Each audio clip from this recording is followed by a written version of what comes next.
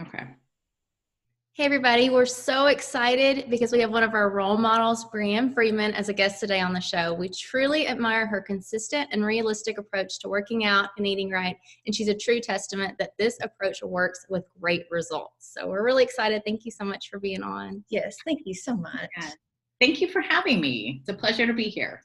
Well, what started all this, I saw an Instagram post. Well, it was pretty recent, but I was like, we need to talk to Breanne about this.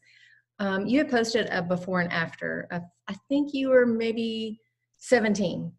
And you had said that you were tired of being average meaning, what the typical woman probably goes through with the treadmills and the ellipticals and starving yourself. And then you go to binge on McDonald's and you start the whole process over again. So what changed that? What made you get tired, as you put it? I was tired of being average.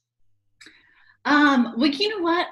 I've been into fitness my whole life. I was a gymnast as a young girl, and I always knew the importance of physical activity. It was just something that I've done, like I said, my whole life. And, growing up, I think a lot of girls, struggle with a lot of bad body image issues, which I did myself. And let me tell you, I've never been overweight, but, you always have those feelings that you're not good enough.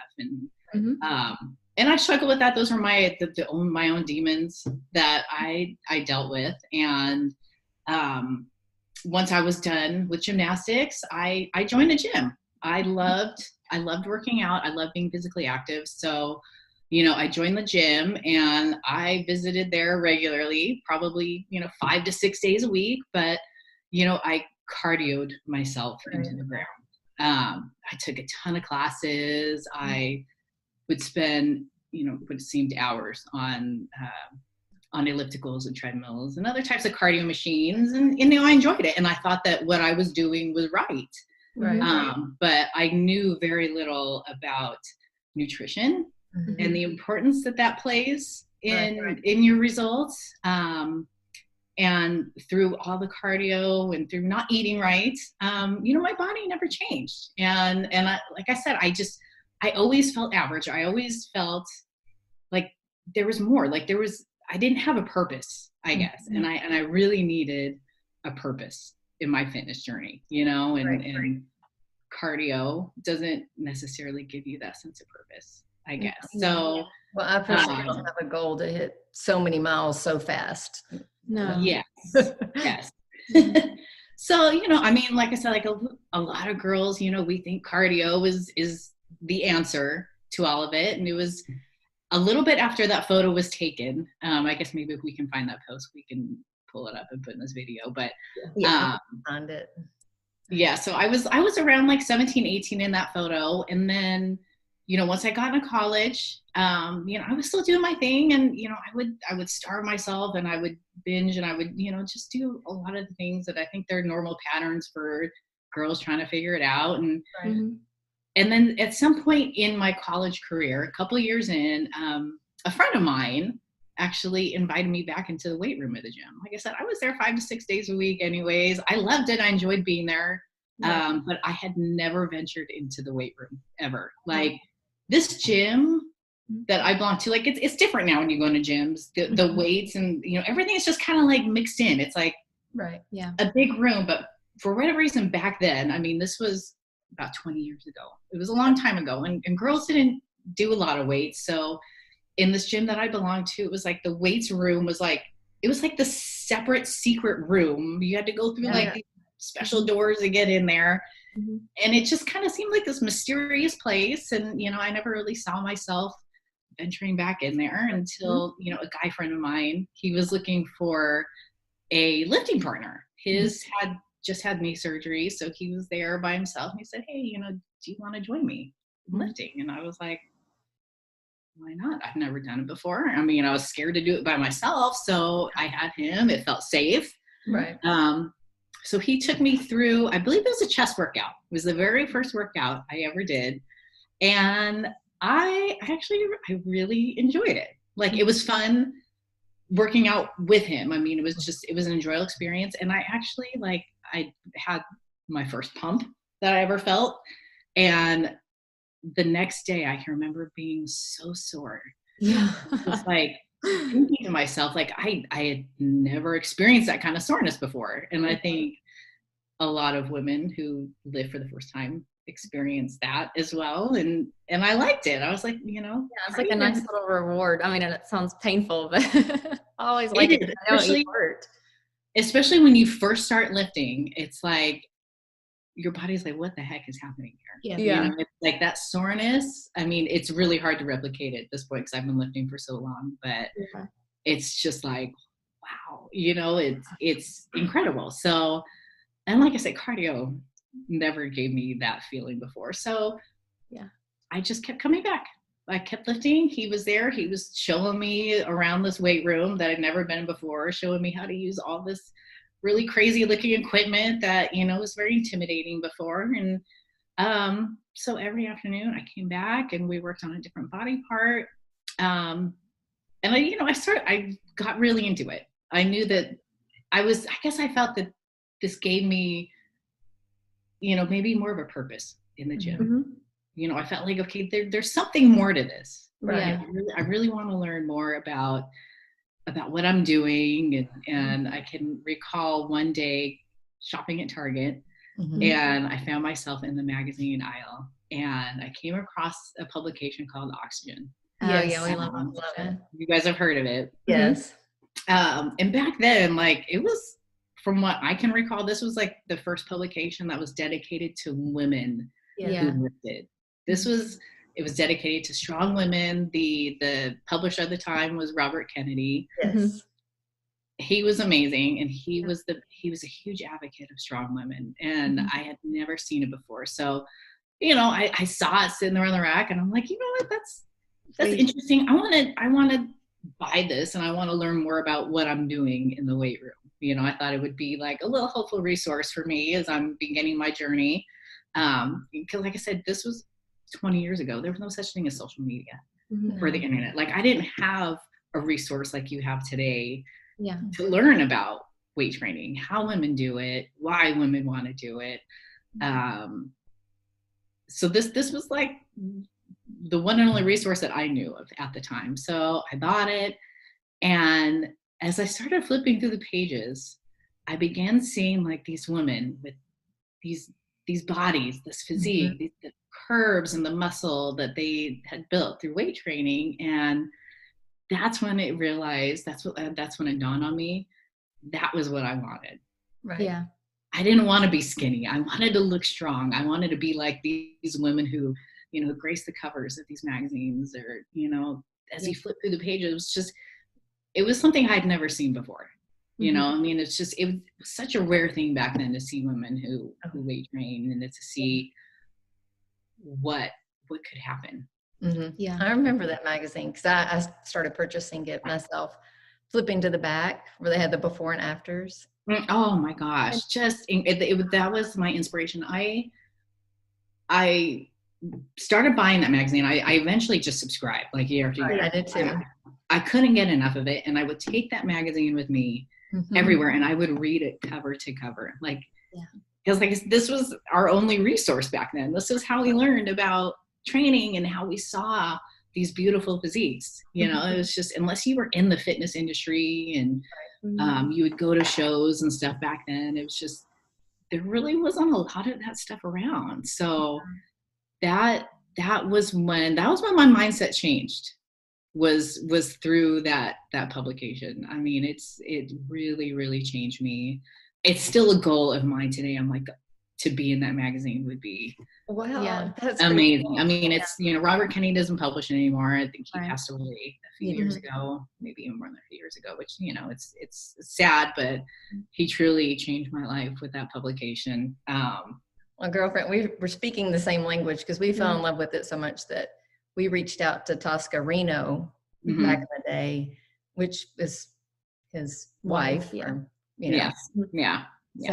we loved her sugar detox, eat clean diet. It was on her very first giveaway. Like I can remember like 2011 when we got to give away one of her workout books and her Eat Clean book. It was like in hog heaven. Yeah. It was life changing back Yes. then. That was it. I know I still follow her on Instagram. I still think that she's amazing. I'll still flip through the pages of Oxygen, and I still admire the women that grace the covers of any of those magazines. I just it's the dedication that you see is just, it's amazing. And that's, to this day, it's my passion. Like I love that kind of stuff. But back when I started, and it was just like, I was very self-taught, because there wasn't internet, there was no smartphones, there was no social media. So it was just like, I would look to these resources to try and teach myself, and I was focused more on the workouts, because I was trying to learn, like, what was I doing in the gym? How do you put a workout together? And I didn't realize, I guess, how important the nutrition component was. I know that those magazines talked about nutrition and stuff, but it was just, for whatever reason, I always felt like I ate healthy. Right. Yeah. But dialing your nutrition is just, it's a really essential part of getting results. Right. I was going to ask you about, because I recently bought the Ultimate Girls Guide, because all of that stuff interests me, and Kalee too, but I was like, you have to read it. You have, I'll be the guinea pig on some things. And I love it, because the food is just so normal. You know how some people are like, oh, I've got to do this or that. I can't have this. I can't have that. Like, it's so restrictive. And then like the Ultimate Girls Guide, I just felt like, oh, well, it's this balanced. Is, dialing it in, but it also gives you a little freedom where you can like live your life. Like, it's not just a certain food group, or, like, you only can have this. So I consider it a very well-balanced diet. And then what brings my question is, a lot of people, a lot of women that we've worked with, if I tell them to eat a diet like this, because there is a lot of food on it, oh, I can't eat that much, I'll gain weight. So what do you tell those people, or tell those women? You know what? I feel like there are basic guidelines for every successful nutrition plan. There should be some really basic guidelines to follow, but it depends on the person, and it depends on the goals, how much food you're actually going to eat. And I think the thing is a lot of women are underfeeding themselves because they don't know, because they feel like they have to starve themselves when it comes to getting results. And it just depends on the person. It depends on the goal, how much or how little food. Maybe they're eating too much. Right. I think that's quite common too, that a lot of people overeat and they don't realize why they're not getting the results they want, and they could be eating too much, so it's important to know the basic guidelines. And the stuff I have outlined in my Ultimate Girls Guide it's science-based. Like, I'm not making anything up. I've over the years since I started, it's been over 20 years. But as I started to get more dialed into the nutrition side, I mastered the working out side. That stuff's very easy to me now, but it's the nutrition part was always the complicated part, that, fad diets and what the latest magazine, Vogue magazine is going to tell you what you need to cut out. It leaves a lot of question for, well, what am I supposed to eat? So once I really started digging into that and understanding what the science says about it, that's how I based my nutrition guide on, was, what does the science say? And it's the science says that you should have a very well balanced approach to your nutrition. You should have carbs. There are better carbs for you and less carbs for you, but it doesn't mean that any of it is off limits. You just gotta be picky on, which sources are actually gonna, get you to your goal. But you really need fats, you need carbs, and you need a lot more protein than you're probably getting for fat loss and for muscle gain. That's a big one that I've noticed, is, after I wrote the guide and I, hosted, some challenges, some weight loss challenges, a lot of people are really under eating protein. And that's honestly, in my opinion, the most important macronutrient that you can eat. Right. for fat loss and muscle gain goals. So I focus a lot more on that. You got to watch the protein intakes. I love the guide because it broke it down into, let's talk about what your goals are. Because if your goals are fat loss, let's look at this, and you gave an equation for us to use, or if it's muscle gain, and that really helped me break down, all right, which one do I want to follow? So Yeah.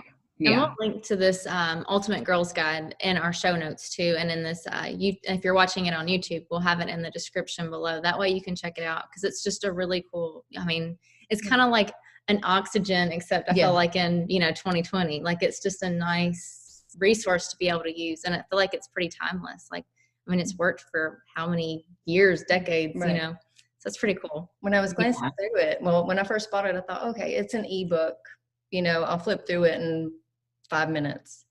No, you get your money's worth when you buy the Ultimate Girls Guide. There's tons of information in there. So I just sat down and took my time with it, enjoyed every single minute. So I would just like to encourage everybody who wants to learn more about nutrition, which, like you're saying, if you want to hit your results, you have to do the nutrition too. You can't just put in the work. That's, they need to hit the nutrition. So I will be telling you. Like showing up to the gym, that is part of the battle that a lot of people face. And if you've got that down, I know you're in a great spot.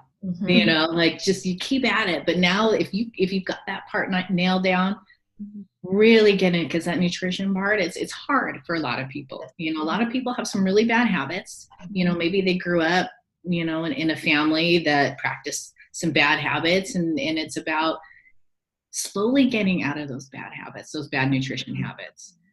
That's what's going to get you to your goal. It's not an extreme diet. You definitely should not follow any sort of extremes, because the likelihood of you sticking to that is pretty minimal. So yeah, I love that you hit on like habits and like slowly changing your habits, because I feel like so many of us like will say like, okay, well on Monday I'm going to start, my workouts. I'm going to start this, crazy diet, and then I'm going to also wake up at 5. And people just put way too much stress on themselves all at once, when it can really be, you can be amazed with your results even if you just start slow.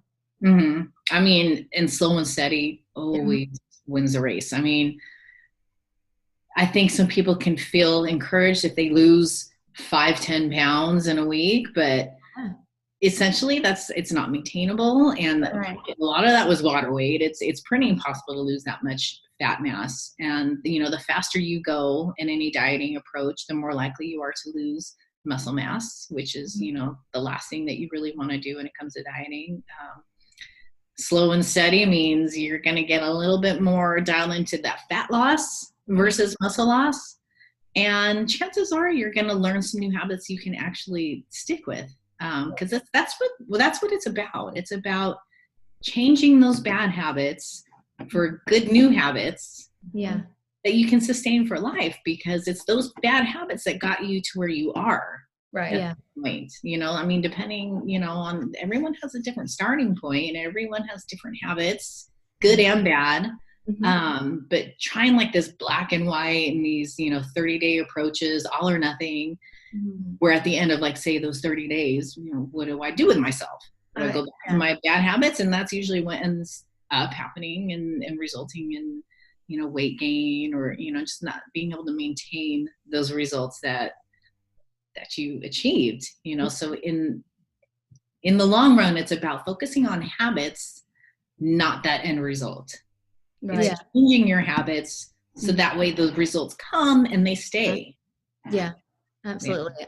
We switched gears last year and thought more about like the process and the, versus like when we set goals, like, all right, well, we did lift 4. So we knew we were working out 4 times a week, and we might get in a cardio day or a yoga day on the 5th day. And that really helped, because I had hit a weird plateau and everything else. And then it was just like, oh, this is what worked, because I was focusing in on the habit versus the end goal. And the habit was doable. Yeah. It was 4 days a week. So our brain could accept for 4 days a week, maybe 40, 45 minutes. Yeah. We could handle that. Yeah. It wasn't so much. And I know it's a calendar and we're done, it's the end of, but we weren't done. We had. Yeah. Like, I don't even know how many phases I've done or how many cycles or whatever you want to call them. just because it's just easy to restart. Yeah. And that's the thing about like those specific types of exercise plans is, there's a start and an end date. Right. And because I guess technically there has to be, but there really shouldn't be an end date. No. Right. Like when it comes to you, if you found you enjoy that style of training, you keep going because this is the lifestyle. This is the new habit that you're creating. Absolutely. The new healthy habit that's going to get you to your goals. So it's not about stopping. Yeah, I totally love that approach, because going back to the other side, I fell off the wagon at day 12. I got to start all over again. And I'm like, why do you have to start all over again? Just pick back. I know some programs are progressive, but if you're talking about you've only missed 2 or 3 days, just hop back on. There's no hopping on and hopping off. It's just life. Yeah. So definitely. Yeah. So we've been talking a little bit about the nutrition, and the Ultimate Girl Scout gets into a lot of the macros and the nutrition. So we were wondering, what's one thing that's always in your fridge that you go to eat? There's a few things. I mean, obviously there's going to be Breanne's blend peanut butter in my cupboard at all times. And a variety of other all-American peanut butters, but Breanne's blends, the two that are out right now are obviously, my favorites, my go-tos, because they are high protein, a little bit lower calories and fat. They fit into my daily macros and calories very well. And they're super tasty. So those, and then I've got a lot of staples that, and I kind of go through these little cycles where like I get addicted to something for a while, and I will eat that every day for months and months. Like I'm very much a creature of habit. that's me too. Yeah. Like I have the same breakfast pretty much every day. So like same thing goes to, for my snacks and stuff that I keep in the house. Like I love berries. Like if I'm trying to search for something that's low calorie and filling, if a lot of us are on a calorie restricted diet, those are going to be some high volume foods. So I love baby carrots and grape tomatoes because they're just easy. Yeah. I don't think it's just cutting them up and eat them. So those are usually staples in my house. Maybe some green beans. I love Greek yogurt. I love 0% Greek yogurt, and there's a lot you can do with Greek yogurt, which is why I keep it around. I do a lot of baking with it. You can make some protein powder with it. You can just put a packet of stevia and some cinnamon in it. It's pretty versatile. So actually you can use it as my sour cream too. If you're we do that. Mexican, you can put a dollop on that instead of, the fattening sour cream. So there's usually some Greek yogurt, and quick and easy, protein snacks would be, like Built protein bars, Quest protein bars, lots of different whey protein powders. I think those are the staples. Yeah. Those are definitely the staples. Yeah.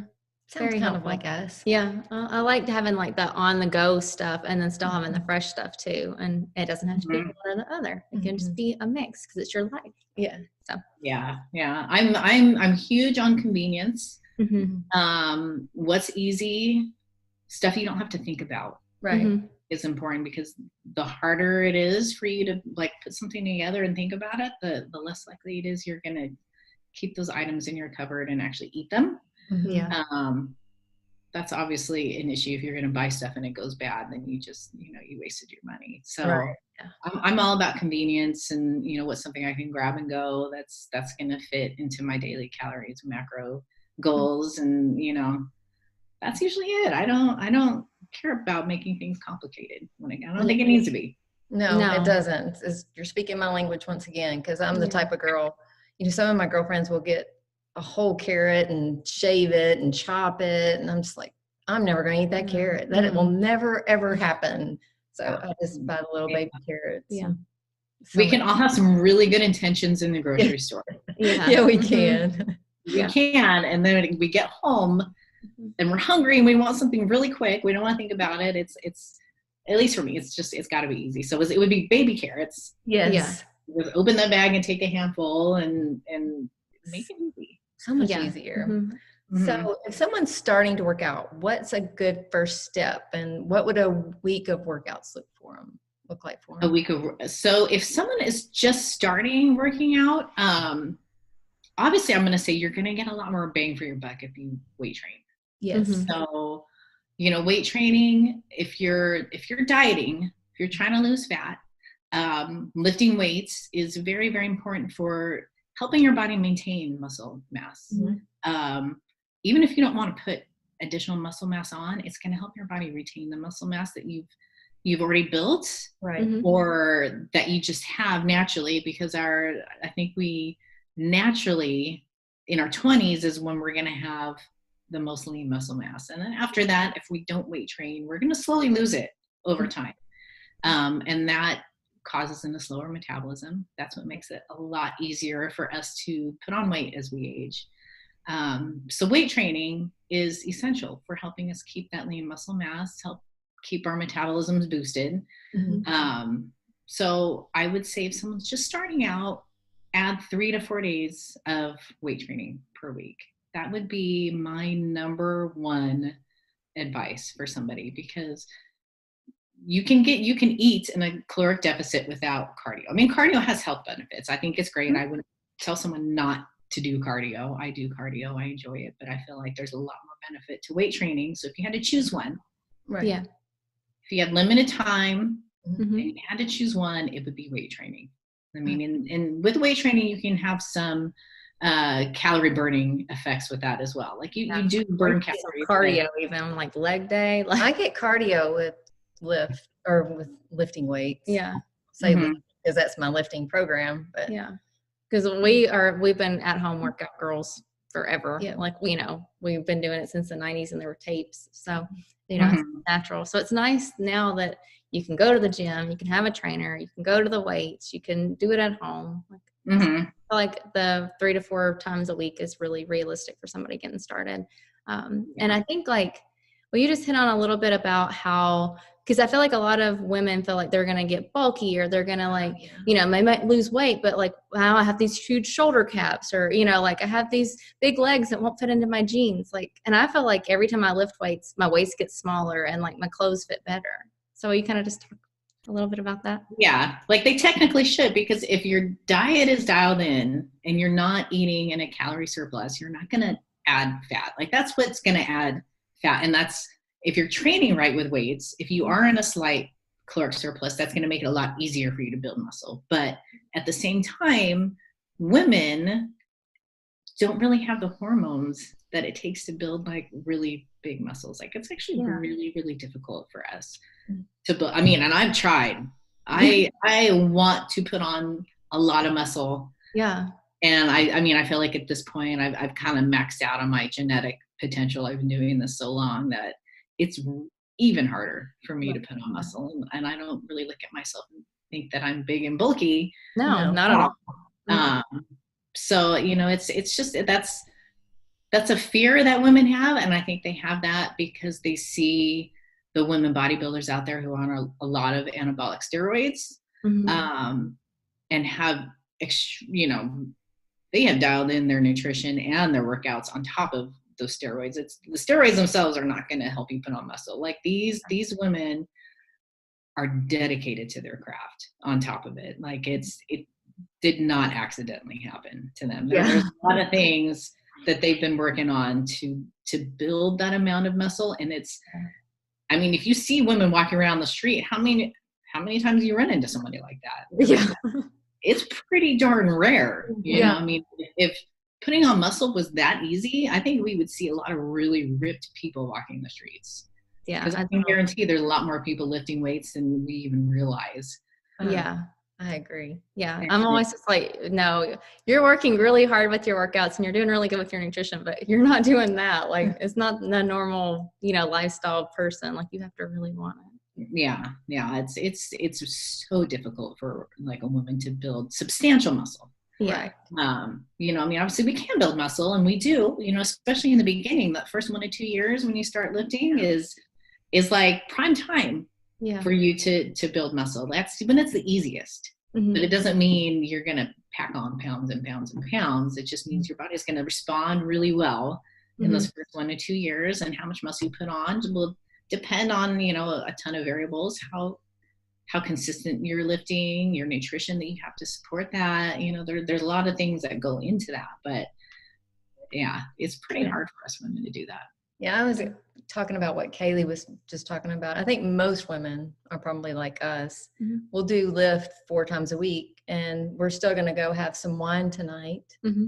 and a hamburger. Mhm. So, I mean, I still love our results, and I think most women are like that. So, therefore, unless they're really making this their craft, they're not gonna turn into Arnold. No, they're going to see the fat loss because they're still burning calories. They're still dialing in their nutrition. Yeah. They're upping their metabolism. So Yeah, and the weight loss is going to come from fat, not the muscle, and that's That's the most important thing to remember, because you can see that scale move. If you drastically cut your calories, you don't weight train, you're going to see that scale move, but chances are maybe a quarter of that weight is coming from muscle mass. Right. And that is not the weight loss that and that's just going to be flabby mess. No, that's scary. Yeah. Because I want to keep my muscles so I can just keep burning fat as I get older. Well, and things don't get flabby. Like you're going to have like bat wings. Let's bring in the vanity here. Yeah. Hey, we've talked a lot about science. Some of it's just about looking good too. I'm feeling comfortable, especially if you're just getting started with the workout, because you feel so much more empowered. Like, oh, well, look, I can lift this, 15-pound weight, or, like my waist just went down 2 inches or whatever. Right. I think women do think they have to do cardio in order to look well, nice and lean. But this is my testament. I have done workouts forever and ever. Mm-hmm. It wasn't until I did a combo of lift and yoga. Yeah. Oh my gosh. It was just like, I'll turn 50 this year. It's the best shape. So I'm like, dude, you have to lift weights. Yeah, you absolutely have to. So if somebody's been working out for a long time and now they want to go to that next level, what would you recommend for them to do? So maybe they're after that 2-year mark. They've been lifting their weights for 2 years and they want to, just take it up a notch. Then, you would have to, optimize your weight training program. There's a lot of studies that say, you work a muscle group twice a week, you will maximize your muscle building potential. Obviously, and as the more trained you get, the more stimulus your muscles need to grow. So hitting those muscle groups more than once a week is a really great strategy for continuing to progress in the gym and getting stronger, building a little more muscle. And then obviously your nutrition is going to play a really, really important part of that. What your calorie intake is, how much protein you're taking in, making sure you're having enough carbs to fuel your workouts, to make sure you're recovering, sleep. Yeah. Looking at that, if you're depriving yourself of sleep, it's going to be really hard to continue to progress as you go through it. It's just about really just dialing in the little details. Yeah. I will say, keep progressing. That's when the details become more important. To give another plug to the Ultimate Guide, the Ultimate Girls Guide, you break this down in the guide for those people who have been working out for a little while, how to change up your sets or to work a muscle group twice a week. So adding sets, adding reps, obviously adding weight. Right. If you're not adding additional stimulus to the muscle, then it doesn't have a reason to grow. So, and a lot of people message me, they struggle with that, they want to increase their weights and they can't necessarily do it yet. Right. So the way to do that is, maybe increase your weight for a couple reps of that set and then drop it if that's what it takes, as long as you have good form, that's super important. Or add a few sets with that same weight, and eventually you're going to get stronger. Right. You're going to get, but it doesn't, like I said, with women, it takes time. It's not some easy thing where you're going to bench press 20-pound dumbbells and then get up to 50-pound dumbbells within a month, even a year. Like I feel like it took me years to get up to those 50-pound dumbbells. And I remember feeling like so proud that I was able to do it. And it's just, it takes time. It takes dedication. You have to be patient, with the process and with yourself. And you have to be willing to push yourself. And then obviously nutrition. Make sure that you're eating to support muscle gain. And, there's a lot of little pieces to it, but it's not complicated. Right. As long as you understand those little pieces and you optimize them, you'll get results. Yeah. Staying consistent with it. Yeah. So, all right. This is a silly, fun question for me. All right. Are you ever going to join Joel with the Beachbody workout? Or to say workout in general. Or yeah, it doesn't have to be a Beachbody workout. Yeah. And I saw another Instagram post, and you're going to think I'm a stalker, but I'm not. I just follow. Where you were actually on, was it 8x8? You were in the background, or? I was in Lift and Hit. Lift and Hit. Okay. I was like, I know there was one that you were in the back. Yes. So are y'all planning another workout, whether it's Beachbody or not, together? We are not at the moment. I mean, I don't know if I see that ever happening with Joel. I mean, he definitely, he loves like that separation of home life and work life, and I get it, as much as I love being around him, and I would love to do something like that with him. It is not going to happen in the near future, I can tell you that, but things could change. Would you ever do one solo?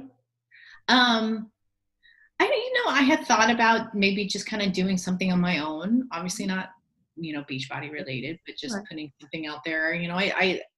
I share a lot of my workouts on social media, on Instagram, and it's all for fun. I enjoy doing it. A lot of the workouts, or all the workouts that I share at this point, are home based, because I know a lot of my following are women who work out at home. So I'm not going to show you how to use our fancy cable machine if you don't have that. Right. So the workouts that I share are all free weights based. I use my bench and maybe the Bosu ball or something like that, but I keep it simple, and I enjoy doing that, and I get a lot of great feedback on those workouts. So I've thought about maybe putting something together that's more like robust program for home.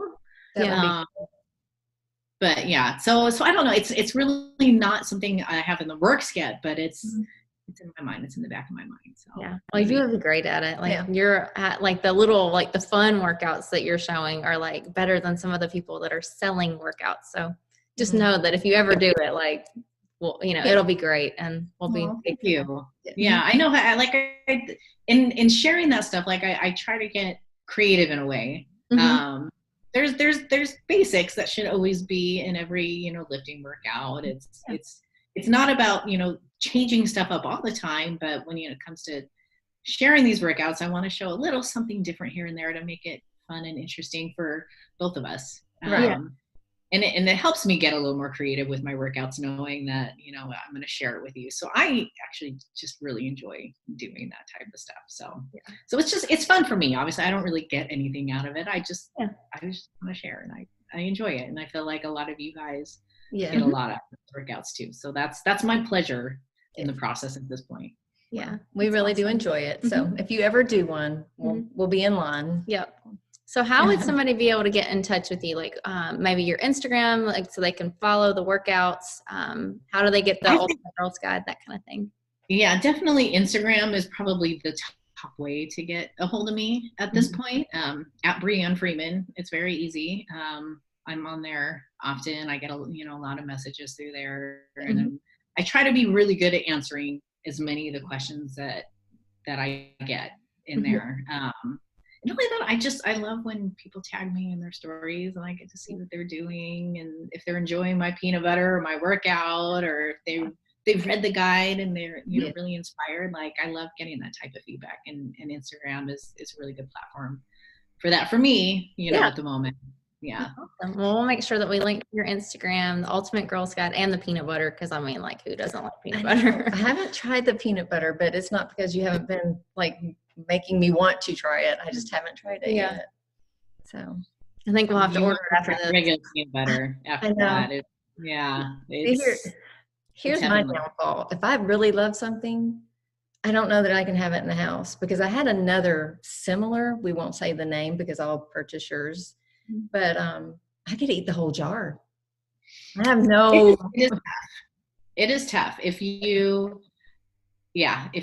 this is my little secret for that is I have it every morning. So I get it out of the way. Like my signature breakfast is oatmeal with a scoop of protein powder and 1 or 2 tablespoons of that peanut butter. Right. Yeah. And it gets it out of the way. It gets my fix in for the day. And I've been doing it pretty much every day. So I don't feel deprived. I don't feel like I need to eat the whole jar. so that's my little secret with it. And I think that's kind of the secret to anything that you really love. Yes, you can keep it out of the house. That is a good strategy. Or you can just have a little bit every day, every other day, you know, whatever cadence you want to set. And you get that little fix out of the way so you don't feel deprived. Yeah, I think I would like the breakfast idea, because then I know it's meant for breakfast. If I know it's meant for a meal, then it's more the spoon, you know, like 8 o'clock rolls around and you're like, I'm a little hungry, and you go in with one spoon and you have 2 spoons. And so, but that's not necessarily a bad snack to have either, if that's what it comes down to, because of the high protein content, and it's quite filling actually. But yes, no, it is extremely delicious. Forewarned, it is really interesting in that respect. I will go try it. Yes. Well, thank you again so much for hopping on with us and sharing so many good tips. Like, I feel like we got so much. I mean, we have mental, we had the mindset, the mental part, the nutrition, and the fitness. Like, I just feel like it was really good. Yeah. Thank you for having me. Yeah. You're welcome. Thanks. Okay.